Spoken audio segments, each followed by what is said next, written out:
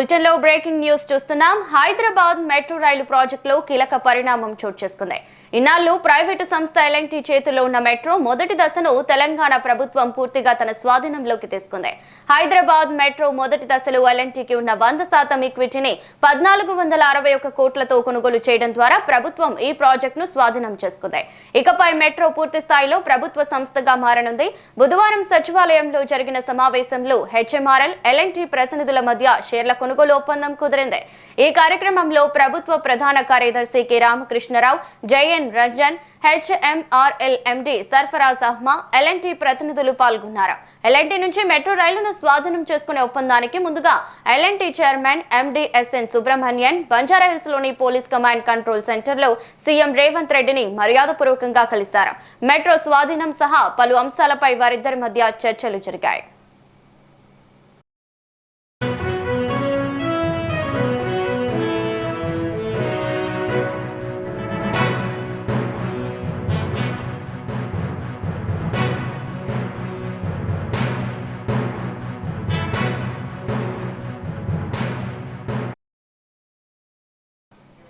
L&T నుంచి metro రైలును స్వాధీనం చేసుకునే ఒప్పందానికి ముందుగా L and T chairman MD S N Subrahmanyan Banjara Hills లోని పోలీస్ కమాండ్ కంట్రోల్ సెంటర్ లో సీఎం రేవంత్ రెడ్డిని మర్యాదపూర్వకంగా కలిశారు. ఇక ఇదే అంశానికి సంబంధించిన మరింత సమాచారం మా బ్యూరో చీఫ్ శేఖర్ అందిస్తారు. Shekhar, over to you. తెలంగాణలో మెట్రో రైలుని ఎల్ఎన్టీ ఆధీనంలో, ఎల్ఎన్టీ పర్యవేక్షణలో నడిచింది తెలంగాణలో మెట్రో రైలు. ఇక నుంచి ప్రభుత్వ ఆధీనం చేసుకున్నది. ప్రభుత్వ ఆధీనంలో ప్రభుత్వం స్వాధీనం చేసుకుని ప్రభుత్వ ఆధీనంలో ఎల్ఎన్టీ రైలు మెట్రో రైలు ప్రభుత్వ ఆధీనంలో తెలంగాణలో నడవనున్నది. ఇకపై దీనికి సంబంధించి నిన్ననే తెలంగాణ రాష్ట్ర సచివాలయంలో దానికి సంబంధించిన అధికారులు సర్ఫరాజ్ అహ్మద్, జయేష్ రంజన్, సిఎస్ రామకృష్ణారావు ఆధ్వర్యంలో ఎల్ఎన్టీ ప్రతినిధులతో వాళ్ళు మొత్తానికి ఈక్విటీ కొనుగోలు షేర్ల డాక్యుమెంట్లని మార్చుకున్న పరిస్థితి, ఎంఓయూ కుదుర్చుకున్న పరిస్థితిని మనం నిన్న డాక్యుమెంట్లు సేల్ చేసిన పరిస్థితిని మనం చూసుకోవచ్చు. అంటే 1461 కోట్ల రూపాయలకు ప్రభుత్వం కొనుగోలు చేసింది ఎల్ఎన్టీ నుండి. ఇక నుంచి మెట్రో రైలు తెలంగాణ ప్రభుత్వమే రన్ చేయనున్నది. దీనికి సంబంధించి 13,500 కోట్ల రూపాయలు ఏదైతే మెట్రో రైలు ఆధ్వర్యంలో ఉన్నాయో దాన్ని కూడా ప్రభుత్వం ఇక నుంచి ప్రభుత్వం మీదకి దాన్ని తర్జుమా చేస్తారు, ప్రభుత్వం మీదకి మారుస్తారు. ఇక నుంచి ప్రభుత్వమే దాన్ని డీల్ చేసి హైదరాబాద్ మెట్రో రైలుకి సంబంధించి ఒక సపరేట్ కమిటీని కూడా సిఫార్సు చేసింది. అందులో మాజీ సిఎస్ శాంతి కుమారి చైర్మన్ గా ఉంటారు, సర్ఫరాజ్ అహ్మద్ ఉంటారు, అలానే సిఎస్ రామకృష్ణారావు కూడా దాని పర్యవేక్షణలో ఉంటారు. మొత్తానికి దీనికి చైర్మన్ గా, ఈ మెట్రో రైలు చైర్మన్ గా సిఎస్ శాంతి కుమారి ఆధ్వర్యంలో నడవనున్నది.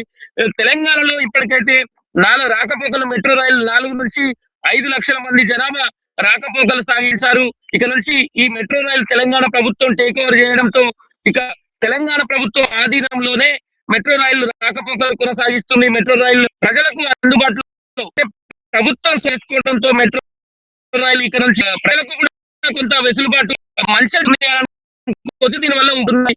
ఎందుకంటే ప్రభుత్వం ఎప్పుడైతే మెట్రో రైలు టేక్ ఓవర్ చేసిందో నిన్నటి నుంచి ఏప్రిల్ 29 ఒప్పందం కూడా కుదిరింది. ఆ షేర్స్ చేసింది తెలంగాణ ప్రభుత్వం. ఇక నుంచి మెట్రో రైలు విషయంలో ప్రభుత్వం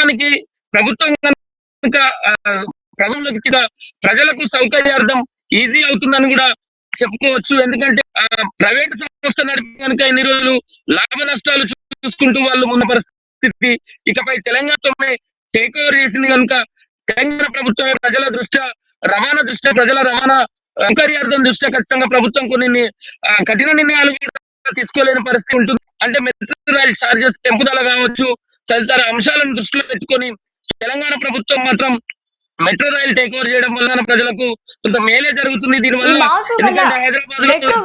పనులు వేగవంతమయ్యే ఛాన్స్ ఉందా? మొదటి ఫేజ్ సంబంధించి ఇప్పుడు మెట్రో విస్తరణ పనులు వేగవంతమయ్యే ఛాన్స్ ఉందా? ఖచ్చితంగా ఫేజ్ 1 లోనే ఇప్పుడు మెట్రో ఈక్విటీ షేర్లు ఫేజ్ 1 కొనుగోలు చేశాము. ఫేజ్ 2 కు కూడా ఖచ్చితంగా ప్రభుత్వం ఆధీనంలోకి తీసుకున్నది కనుక ఫేజ్ 2 పనులు విస్తరణ, మెట్రో రైలు విస్తరణ తదితర అంశాలు కూడా మార్పులు ఉంటాయి. ఖచ్చితంగా దానికి సంబంధించి ప్రభుత్వమే హ్యాండిల్ చేస్తుంది కనుక మెట్రో రైలు విస్తరణకు ఇది చెప్పుకోవచ్చు. ఎక్కడెక్కడ మెట్రో రైలు విస్తరణ చేయాలి, ప్రజల సౌకర్యార్థం కూడా దీనివల్ల లబ్ధి చేకూరుతుంది ప్రజలకు, ప్రభుత్వమే హ్యాండిల్ చేస్తుంది కనుక ఇది వాళ్ళ రవాణా సౌకర్యార్థం ప్రభుత్వం కొన్నిసార్లు ఖచ్చితంగా నిర్ణయాలు తీసుకోవాల్సి ఉన్న నేపథ్యంలో మెట్రో రైలు విస్తరణ ఖచ్చితంగా ఫేజ్ 1 మాత్రమే ఇప్పుడు ఉన్నది కనుక ఫేజ్ 2 విస్తరణ కోసం మాత్రం చాలా సులభతరం అవుతుంది రవలి. ఇంకోటి అడగనా? అయితే శేఖర్, మరి ఇప్పుడు ప్రయాణికులకి ధరలపై కానీ సర్వీసులపై కానీ ఏమైనా మార్పులు చేర్పులు చేసే అవకాశం ఉందంటారా? ఎస్ రవలి, అంటే ఎల్ఎన్టీ నడుపుతున్నప్పుడు కరోనా టైంలో కావచ్చు, ఓవరాల్ గా కొన్ని అప్పులు అయ్యాయి. దానివల్ల ఎల్ఎన్టీ నడపలేని పరిస్థితి ఉంది అని కూడా పదే పదే చెప్పిన పరిస్థితి. ఎందుకంటే ఎల్ఎన్టీ ఆధ్వర్యంలో ఉన్నప్పుడు, ఎల్ఎన్టీ ఆధీనంలో, ఎల్ఎన్టీ పర్యవేక్షణలో ఉన్నప్పుడు మెట్రో రైలు విస్తరణ విషయంలో అక్కడ కొన్ని ఇబ్బందులు కలగడం తోటి వాళ్ళకు దీనివల్ల ఎలాంటి లాభాలు లేవు, నష్టాల్లో ఉన్నాము అని చెప్పేసి వాళ్ళు పదే పదే తెలిపిన పరిస్థితి.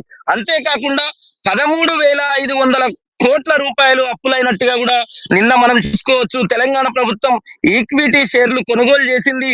ఆ ఆ సందర్భంలో 13,500 కోట్ల రూపాయలని కూడా ప్రభుత్వం మీదకి, ఆ ఒప్పందంలో భాగంగా ప్రభుత్వం మీదకి ప్రభుత్వమే భరించాల్సి ఉంటుంది.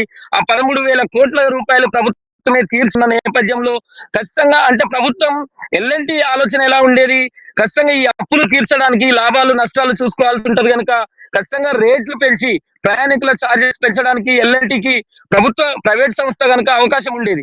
కానీ ప్రభుత్వ సంస్థ కొనుగోలు చేసింది కనుక ప్రజల సౌకర్యార్థం ఖచ్చితంగా తన రవాణా బాధ్యతల్ని కూడా తీసుకున్నది కనుక ప్రభుత్వం రేట్లు పెంచే విషయంలో ఆచితూచి అడుగులు వేస్తుంది అనడంలో ఎలాంటి సందేహం లేదు కనుక ఆ రేట్లు ప్రైవేట్ సంస్థ పెంచుకున్నంత ఈజీగా ప్రభుత్వాలు పెంచలేవు కనుక ప్రజల నుంచి పెద్ద ఎత్తున విమర్శలు వస్తాయి కనుక ప్రజలు తిరస్కరిస్తారు కనుక అది దాని ఆ భారాన్ని ప్రభుత్వమే భరించే అవకాశం ఉంటది కనుక రేట్లు ఇప్పుడున్న పరిస్థితుల్లో ప్రభుత్వమే స్వాధీనం చేసుకున్నది కనుక ప్రభుత్వ ఆధీనంలో ప్రభుత్వ పర్యవేక్షణలో నడవనున్న నేపథ్యంలో మెట్రో రైల్ చార్జెస్ పెంచుతారని మాత్రం అనుకోవడం లేదు.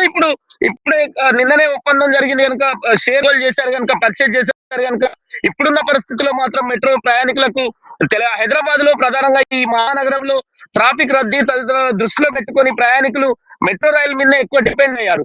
ఈ నేపథ్యంలో ప్రభుత్వం కనుక వెంటనే మెట్రో రైల్ ఛార్జెస్ పెంచే అవకాశం అయితే లేదనే అనుకోవచ్చు. ముందు ఏమన్నా ఆలోచన చేసే దిశగా ఉండొచ్చు. విస్తరణ పెరిగిన తర్వాత, మెట్రో రైలు విస్తరణ పెరిగిన తర్వాత ప్రభుత్వం ఆలోచన చేసే అవకాశాలు ఉండొచ్చు Ravali. Right, thank you Shekhar.